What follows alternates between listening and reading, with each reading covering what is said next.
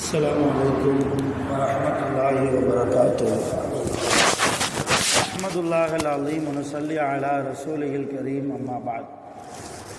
அன்பான ஜமாத்தார்களே, பெரியோர்களே, அல்லாஹ்வின் அருளால் ஃபஜ்ருடைய தொழுகையை இமாம் ஜமாஅத்தோடு தொழுதுவிட்டு நன்மையான காரியங்களை பற்றி பேசுவதற்காக கேட்பதற்காக நாம் எல்லாம் அமர்ந்திருக்கிறோம்.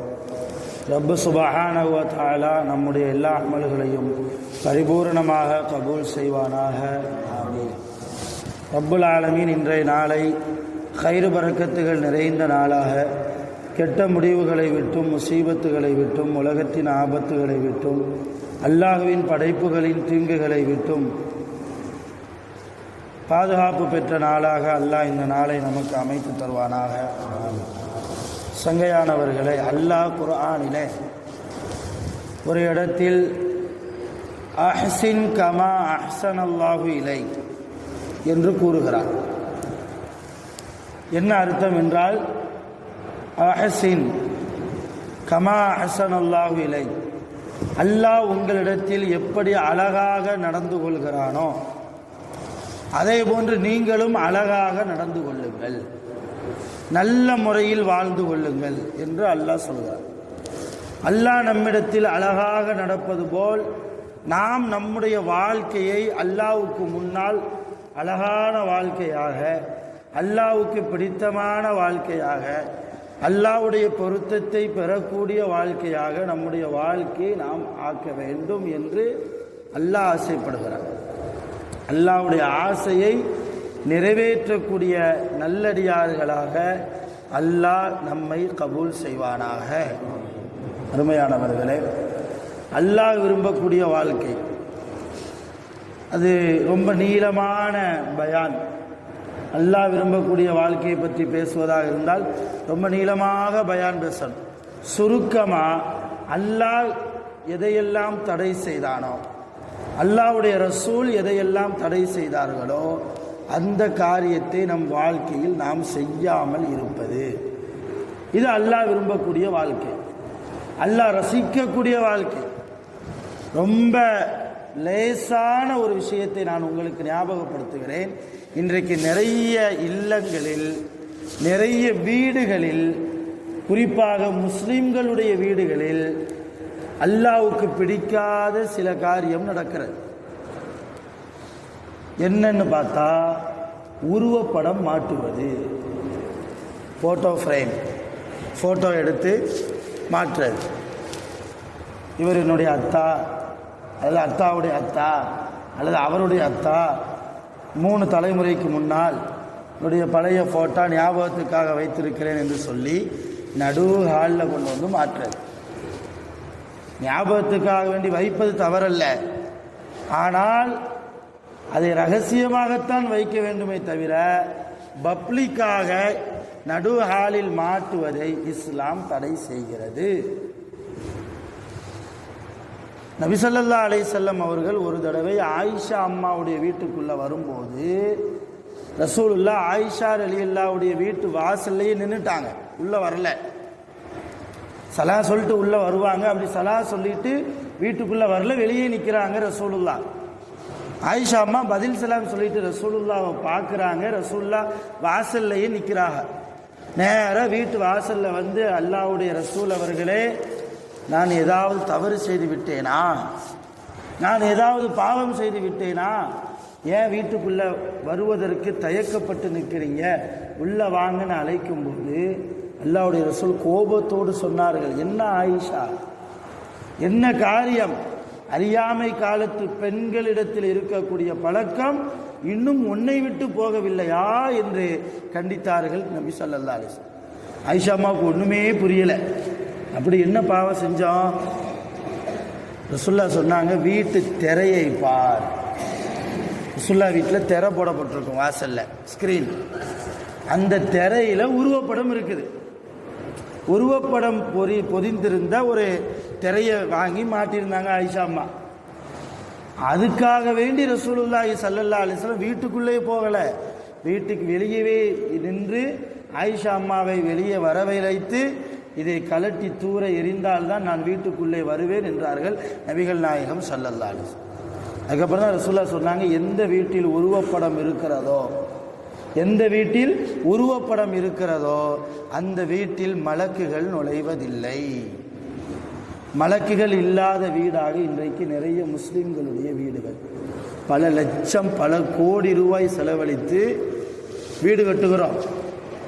நல்ல முறையில் வாழ வேண்டும், நிம்மதியாக வாழ வேண்டும், அல்லாஹ்வுடைய ரஹ்மத்து பெற்று வாழ வேண்டும், நோய் நொடி இல்லாமல் நமக்கென்று ஒரு இடத்தை பிடித்து அதில் லட்சங்களை செலவழித்து வீடு கட்டி அல்லாஹ்வுடைய மலக்குகள் வராத வீடாக நம்முடைய வீடு இருந்து என்ன பிரயோஜனம்? அருமையான பெருமக்களே, அதனால் நிறைய வீடுகளில் ஃபேமிலி ஃபோட்டோக்கள் எல்லாம் நடுகாலில் மாட்டப்பட்டிருக்கிறது, அல்லது தனி நபருடைய ஃபோட்டோக்கள் எல்லாம் நடுகாலில் மாட்டப்பட்டிருக்கிறது. இது ஒரு சாம்பிளுக்காக வேண்டி ஒரு விஷயத்தை சொல்கிறேன். இது போன்று நிறைய விஷயங்கள், அல்லாஹ்வுக்கு பிடிக்காத காரியங்கள் நம்முடைய இல்லங்களில் நம்மை அறியாமலேயே நடக்கிறது. நம்மை அறியாமலேயே. இன்னும் சில பேர் பார்த்தா மொபைல் ஃபோனில் அந்த கவருக்கு பின்னால் சில உருவப்படம் வைத்திருப்பார்கள். அத்தாவுடைய ஃபோட்டோ வச்சுருப்பாங்க, அம்மாவுடைய ஃபோட்டோ வச்சுருப்பாங்க, சகோதரன் சகோதரியுடைய ஃபோட்டோ வச்சுருப்பாங்க, சில பேர் மனைவியினுடைய ஃபோட்டோவை கூட வச்சுருக்கலாம். வைப்பது தவறல்ல, ஆனால் பள்ளிவாசலுக்குள் அதை கொண்டு வர அனுமதி இல்லை. சில பேர் மொபைல் ஃபோனை கொண்டு வந்து அப்படியே கவுத்தி போட்டு அதை சஜ்ஜா செய்யக்கூடிய இடத்துலையே முன்னாடி வச்சே தொழுகிறான். அத்தா பார்த்துக்கிட்டே தொழுகிற மாதிரி தொழுகவே கூடாது. உருவப்படம் பள்ளிவாசலுக்குள் அனுமதி இல்லை. சில பேர், குறிப்பாக பிள்ளைகள், வாலிபர்கள், விவரம் தெரியாதவர்கள் அல்லது தெரிந்தும் அசால்ட்டாக இருப்பவர்கள் உருவப்படம் பொதிந்த ஆடையை போட்டு கூட தொழுகைக்கு வருகிறார்கள். உள்ளாடைகள் உள்பட உருவப்படம் இருந்தால் தொழுகை கூடாது. இப்போ எப்படிப்பட்ட சூழ்நிலையில் நம்மை அறியாமலேயே, இதுவெல்லாம் அல்லாஹ்வுக்கு பிடிக்காத வாழ்க்கை என்பதற்காக சொல்ல வருகிறேன். இது போன்று நிறைய விஷயங்கள் இருக்கிறது. அந்த விஷயங்களில் எல்லாம் மிக மிக கவனமாக முஸ்லிம்களாகிய நாம் இருக்க வேண்டும். அப்படி இருந்தால்தான் அஹ்சின் கமா அஹ்ஸனல்லாஹு இலைக் என்ற ஆயத்தின் பிரகாரம் நாம் வாழ்ந்திருக்கிறோம் என்ற அர்த்தம். என்ன அர்த்தம் அந்த ஆயத்திற்கு? அல்லாஹ் உங்களிடத்தில் அழகாக நடப்பது போல் அல்லாஹ் நம்மிடத்தில் எப்படி நடந்திருக்கிறான், எப்படி நடந்து கொண்டிருக்கிறான். எவ்வளவோ பாவம் செய்கிறோம் இல்லையா? எவ்வளவோ பாவம் செய்கிறோம். ஆனால் நாம் செய்த பாவங்களை எல்லாம் அல்லாஹ் ஏதாவது ஒரு ரீதியில் மன்னித்து கொண்டே இருக்கிறான். ஏதாவது ஒரு ரீதியில் பார்க்கிறான். பாவம் செய்யக்கூடிய அடியார்களை அல்லாஹ் எப்படி மன்னிக்கிறான் என்றால், ஏதாவது ஒரு சின்ன அமல் அந்த அடியான் செய்து விட்டால் பாவத்தை மன்னிச்சிடுறான். ஒரு பொய் பேசியிருப்பார், ஒரு புறம் பேசியிருப்பார், அல்லது ஒரு விபச்சாரத்தில் ஈடுபட்டு இருப்பார், அல்லது ஏதாவது ஒரு பாவம், தொழுகை விட்டு இருப்பார், குர்ஆனுடைய தொடர்பு இல்லாமல் இருந்திருப்பார், பள்ளிவாசலுடைய தொடர்பு இல்லாமல் இருந்திருப்பார். ஆனால் கொஞ்சம் பேருக்கு தர்மம் செய்வார், கொஞ்சம் பேருக்கு தர்மம் செய்வார். அந்த தர்மத்தினுடைய ஒரு பழக்கம், ஒரு குணம் அவரிடத்தில் இருக்கும். அல்லாஹ் பார்க்குறான். சரி, ஒரு தொழாட்டாலும் இபாதத்துகள் அவ்வளவா செய்யாட்டாலும் தர்மம் செய்கிறானே, இந்த தர்மத்தினால் இவன் செய்த பாவத்தை மன்னியுங்கள் என்கிறான் அல்லாஹ் மலக்குகளிடத்தில். அதுக்காக வேண்டி தொழாமல் தர்மம் செஞ்சுட்டா போதும், ஆலிம்சா சொல்லிட்டார் என்பதற்காக அப்படி ஒரு யோசனைக்கு வந்துடக்கூடாது. தொழணும், எல்லா இபாதத்துகளும் செய்யணும். அல்லாஹ்வுடைய இரக்க குணத்தை பற்றி நான் சொல்கிறேன். எவ்வளவு பாவம் செய்தாலும் அல்லாஹ் நம்மை தண்டிக்காமல் இந்த உலகத்தில் நிஅமத்துகளை செய்து கொண்டே இருக்கிறான். நம் உடலே ஒரு நமக்கு கிடைத்த மிகப்பெரிய நிஅமத். ஆரோக்கியத்தோடு இருக்கிறோம். உடலுக்கு வெளியே, உடலுக்கு உள்ளே எத்தனை பாகங்களை, எத்தனை பகுதிகளாக அல்லாஹ் பிரித்து மிக சரியான முறையில் அது என்னென்ன வேலை செய்ய வேண்டுமோ அந்தந்த வேலையை அது பார்த்து கொண்டே இருக்கிறது. இதுவெல்லாம் அல்லாஹ் நமக்கு செய்த மிகப்பெரிய நிஅமத். அந்த நிஅமத்துகளுக்கு அல்லாஹ்வுக்கு முன்னால் மிக அழகான வாழ்க்கையை நாம் வாழ வேண்டும். எப்படிப்பட்ட வாழ்க்கை? ஹலால் ஹராமை பேணிய வாழ்க்கை, அல்லாஹ்வை பயந்த வாழ்க்கை, அல்லாஹ்வுடைய ரசூலின் மீது முஹப்பத்து கொண்ட வாழ்க்கை, பள்ளிவாசலுடைய தொடர்புள்ள வாழ்க்கை, குர்ஆனின் தொடர்புள்ள வாழ்க்கை, தர்மத்தின் தொடர்புள்ள வாழ்க்கை, நல்ல சாலிஹீன்களுடைய தொடர்புள்ள வாழ்க்கை, குறிப்பாக தக்வா நிறைந்த வாழ்க்கை. அல்லாஹ்வுக்கு இது, என் ரப்புக்கு இது பிடிக்கும். நான் இப்படி பேசுவதால் என் ரப்புக்கு பிடிக்காது, ஆகையினால் நான் பேச மாட்டேன். நான் இப்படி நடந்தால் என் ரப்பு என்னை நேசிக்கிறான், நான் இந்த வாழ்க்கையை வாழ்ந்தால் என் ரப்பு எனக்கு அதிகமாக ரஹ்மத் செய்கிறான் என்பதை உணர்ந்து அல்லாஹ்வை நேசித்து நாம் வாழ வேண்டும். இதுதான் அல்லாஹ் நம்மிடத்தில் எதிர்பார்ப்பது. அல்லாஹ்வை நாம வணங்குறதால அல்லாஹ்வுக்கு ஏதாவது பிரயோஜனமா? கொஞ்சம் யோசிங்க. நாம் இரவு ஃபுல்லாக நின்று வணங்குறோம் அல்லது பகல் ஃபுல்லாக நோன்பு வைக்கிறோம், அல்லாஹ்வுக்கு ஏதாவது பிரயோஜனமா? நாம் வணங்கினாலும் வணங்காவிட்டாலும் அவன் மகத்துவமானவன், அவன் உயர்ந்தவன், மாண்பாளன், அவன் ரஹ்மான், அவன் ரஹீம் இல்லையா? அவனுக்கு எந்த பிரயோஜனமும் கிடையாது, நமக்கு தான் பிரயோஜனம்.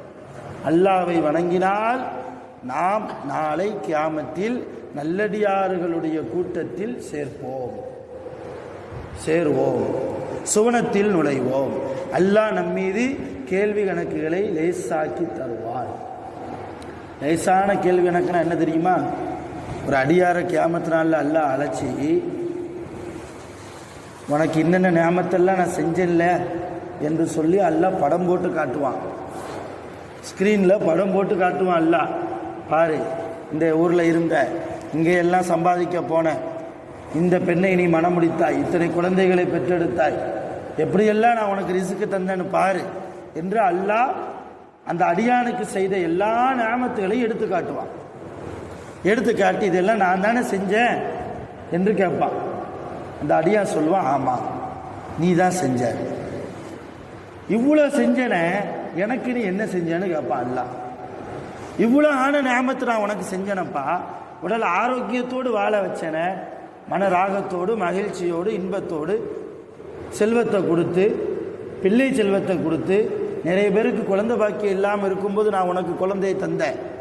அல்லாஹ் சொல்வான், நிறைய பேரை பசியோடு பட்டினியோடு வாழ்ந்து கொண்டு இருக்கிற போது உன் வீட்டில் 3 வேளையும் நல்லா சாப்பிட்டு வாழ்ந்த, நான் உனக்கு ரிஸ்க்கு கொடுத்தேன், இப்படி நிறைய தந்தேன், எனக்கு நீ என்ன செஞ்ச? இந்த அடியா சொல்வாயா, அல்லாஹ் உனக்கு நான் எதுவுமே செய்யலை. என்னை முறையா நீ வணங்குனியா? இல்லை நான் வணங்கலை.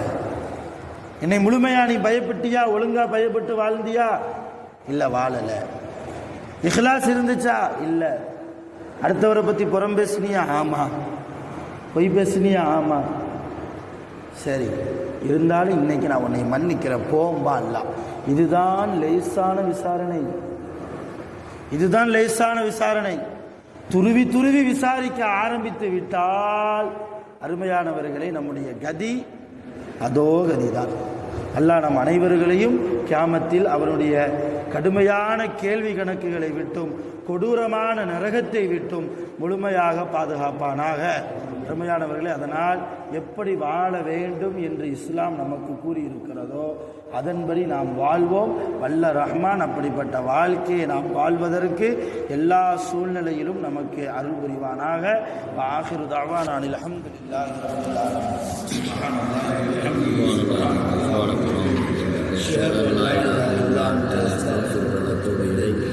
ஆமீன். சுப்ஹான ரப்பிக ரப்பில் இஸ்ஸத்தி